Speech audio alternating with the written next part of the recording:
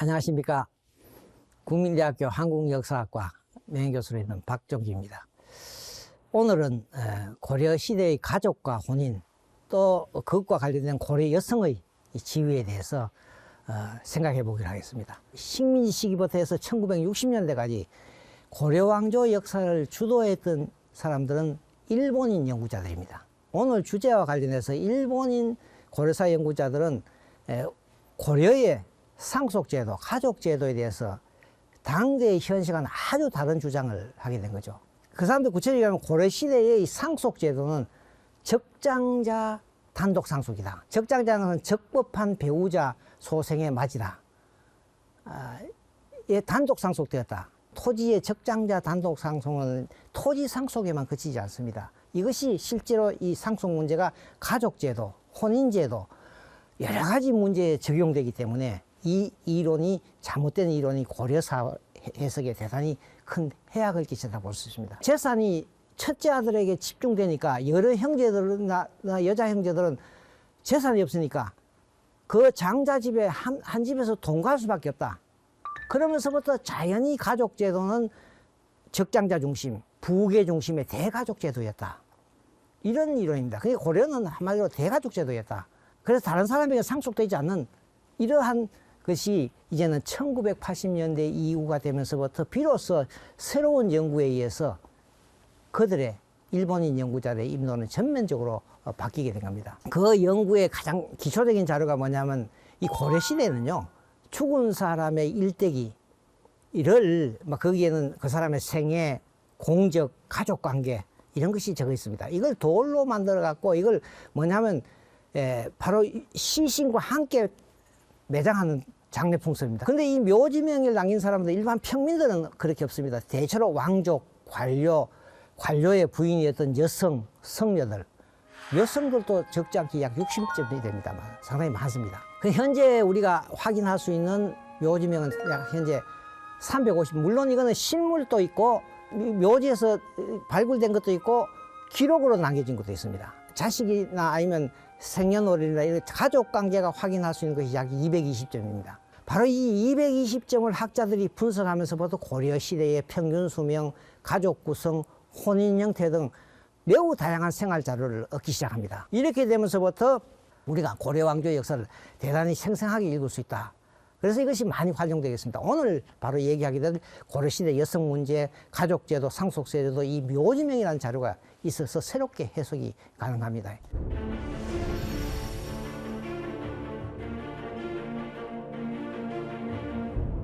그래서 대체로 현재 우리가 가족관계만 중심으로 해서 이 묘지명을 분석한 걸 보면 고려시대의 한 가족의 평균 자녀 수는 3.97명. 고려시대는 한 쌍의 부부와 3, 4명의 자녀로 구성된 이걸 단혼, 이 축첩제도 없으니 단혼 소가족 제도라는 것이 밝혀졌습니다. 그러면 이제 부부를 포함하면 대체로 5, 6명이 하나의 가족 구성이 되는. 그리고 실제 고려시대에는 또 이 부부가 일부 일처제라고 하는 것은 이 12세기 후반에 이 박유라는 사람이 왕에게 제안한 내용에서 이 확인이 됩니다. 우리나라는 원리상, 음양오행의 원리상 남자가 적고 여자가 많다. 그런데 모든 높은 사람이든 낮은 사람이든 부인을 한 사람만 두게 돼. 일부 일처제를 얘기하죠, 그죠? 그래서 자식이 없어도 첩을 두지 못하게 한다. 반면에 다른 나라에서 온 사람이 바로 이때 몽골 쪽이죠. 몽골 사람들이 이제 원간성이 나오니까 이 사람들은 부인을 마음대로 얻어갖고 낳은 자식을 전부 다 자기 나라로 데려간다. 그래서 우리 고려 인구가 줄어든다. 그렇기 때문에 이 사람은 어떤지 하냐면 앞으로 관리들의 관품에 따라 풍계에 따라서 부인의 숫자를 정하자. 서민은 일척. 그러고 그 첩으로부터 낳은 자식도 똑같이 벼슬을 하게 하면 인구가 증가할 것이다. 이제 이 박유는 인구 증가를 위해서 축첩 제도를 하자. 몽골 사람들은 와서 마음대로 축첩을 해가 많은 사람을 가져간다. 이런 얘기를 하는 거죠. 박유가 이제 일부 일처제를 깨뜨리는 이런 발언을 하니까 당시에 부녀자들이 박유의 얘기를 듣고 상당히 원망하고 두려워했다.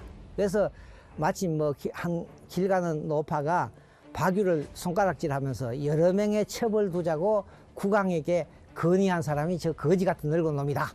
이렇게 얘기를 했거든요. 이 말을 듣는 자들이 서로 전해서 하니까 박유가 길을 걸으면서 항상 여자들한테 손가락질을 당했다 이런 얘기가 있습니다. 그 정도로 고려 시대에는 일부 일처제가 상당히 이제 굳어진 하나의 관행이라는 것을 이 박유의 얘기를 통해서 우리가 확인할 수가 있습니다. 그러니까 이제 실제 이 고려 시대의 가족 제도는 이 사람의 얘기를 다시 해석하면 바로 일부 일처 제도가 고려의 오래된 관행이다. 그러나 당시에 여성들의 반대로 이것이 실현되지 못했다. 이런 걸 보면 역시 고려의 소가족 제도가 유지될 수밖에 없는 것은 일부 일처제가 유지되었다. 그런 점에서 보면 일본인 연구자들이 얘기하는 대가족 제도는 이미 사실과는 상당히 달라졌다. 그렇다면 이러한 일부 일처제가 유지된 이유는 뭘까? 직접적인 해답은 없지만 고려시대 혼인제도와도 연결이 있다고 저는 생각합니다. 참고로 고려시대는 이 다원사회라고 했지만 혼인 형태도 매우 다양합니다. 왕실은 건친혼이 생행합니다. 그런데 일반인의 이 혼인 풍습은 흔히 서류부가혼이라고 합니다. 서라는 건 사위입니다. 머물 유자, 부가 부인의 집. 글자 그대로 서류부가라고 한 것은 사위가 남편이 부인의 본가에서 머문다는 뜻입니다. 대체로 신랑이 신부의 집에 가서 결혼식을 올리고 거기서 둘 사이에 태어난 자식이 어느 정도 교육을 받을 정도 장성학교에 될 때까지 처갓집에 거주한다는 뜻이죠. 실제 이제 그런 사례를 보면 바로 고려 중기의 유명한 문장가였던 이규보는 자기 장인이 돌아갔을 때 장인의 제문에 보면 여기 나옵니다만 지금은 부인을 얻으면 남자가 처가로 갔다. 그리고 필요한 모든 것은 처갓집에 의지해서 샀다. 그렇기 때문에 장인과 장모의 은혜가 부모와 자기 친부모와 같다. 이렇게 제문을 쓰고 있습니다. 아, 장인이시여 저를 두루 돌보아 주셨는데 이제 버리고 가시니 이게 누구에게 의지해야 바로 이규보는 자기 장인을 자기 친아버지와 같이 그렇게 생각하고 쓴 거죠. 바로 이건 고려시대의 이 혼인풍습이 서류부가혼이라는. 그리고 이러한 혼인풍습은 실제 조선 전기까지 그대로 유지됩니다. 예를 들면 이 조선 초기 자료입니다만 여러분 우리 5만 원짜리 지폐에 나오는 사임당 신씨 18세는 1522년에 혼인하고 나서 바로 2년 후에 친정 강릉에서 거주하기 시작합니다. 거기에서 1541년 그래서 율곡이가 태어나서 학교를 갈 때 돼서 어머니와 함께 서울로 올라오게 된 겁니다. 이 바로 조선 전기까지도 이러한 어떤 서류부가혼이 성행했다는 중요한 자료입니다. 그리고 이 서류부가혼의 혼인풍습은 당시의 상속제도하고도 밀접한 관련이 같습니다. 남자가 처갓집에서 자식이 장성할 때 한 7, 8년, 10년간 머물 수 있었던 것은 처갓집에 경제력이 있었기 때문에 가능한 겁니다. 그건 왜 그러냐? 바로 고려시대의 상속제도가 일본인 연구자가 앞에서 말씀드린 같이 적장자 단독 상속이 아니라 바로 고려시대는 노비뿐만 아니라 토지도 아들과 딸에게 균등하게 상속됐습니다. 이걸 우리가 잔여 균분 상속이라고 얘기합니다. 예, 오늘날 우리는 이 부인의 몫으로 재산의 50%를 먼저 지급하고 나머지는 그 외에는 잔여 균분 상속이 되어 있습니다만 고려 때는 바로 이거 고려 후기에 윤선자라는 유학자가 있죠. 이 사람은 아들 찬에게 자기 재산 문께를 썼는데 가업을 균분하게 나눠줬다. 자식들에게 아들과 딸에게 균분하게 나눠줬다. 이런 기록이 나옵니다. 그래서 서로 화목하고 다투지 마라. 이렇게 얘기를 한 거죠. 바로 고려시대는 이 아들과 딸 구분 없이 자녀를 균분상속했다. 그래서 이 고려시대의 호구단제에 보면 내가 소유하고 있는 노비가 어머니로부터 받았느냐 아버지로 받았느냐 그걸 이제 모변, 부변이라고 하죠.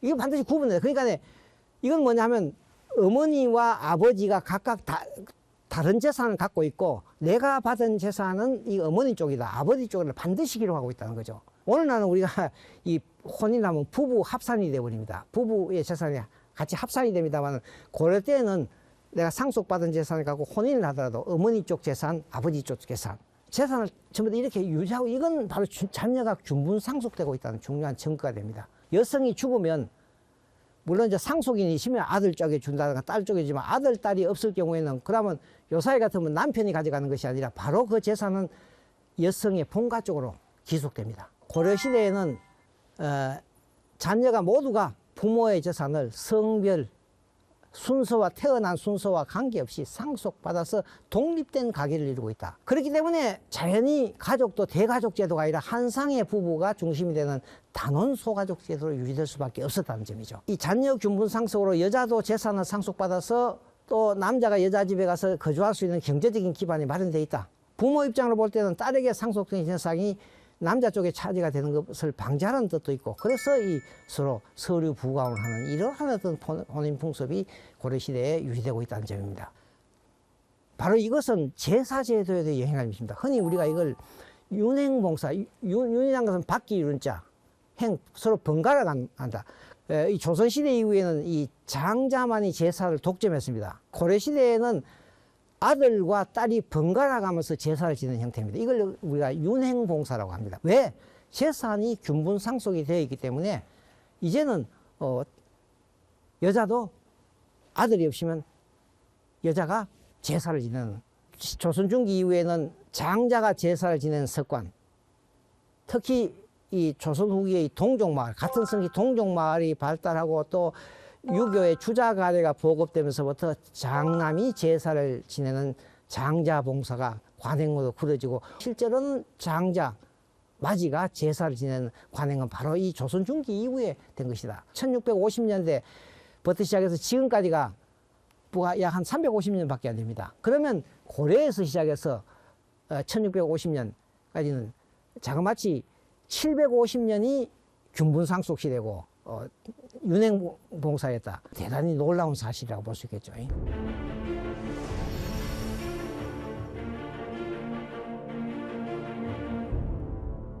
그렇기 때문에 실제로는 이 여성이 호주가 되었습니다. 현재 고려시대 호적은 전해지는 것이 없습니다. 그러나 이 호적을 만들기 위해서 기초자료가 되는 것이 이른바 이 호구단자라고 하는 겁니다. 각 가정마다 호구 상황을 제출하는 호구단자가 몇 건 전하고 있습니다.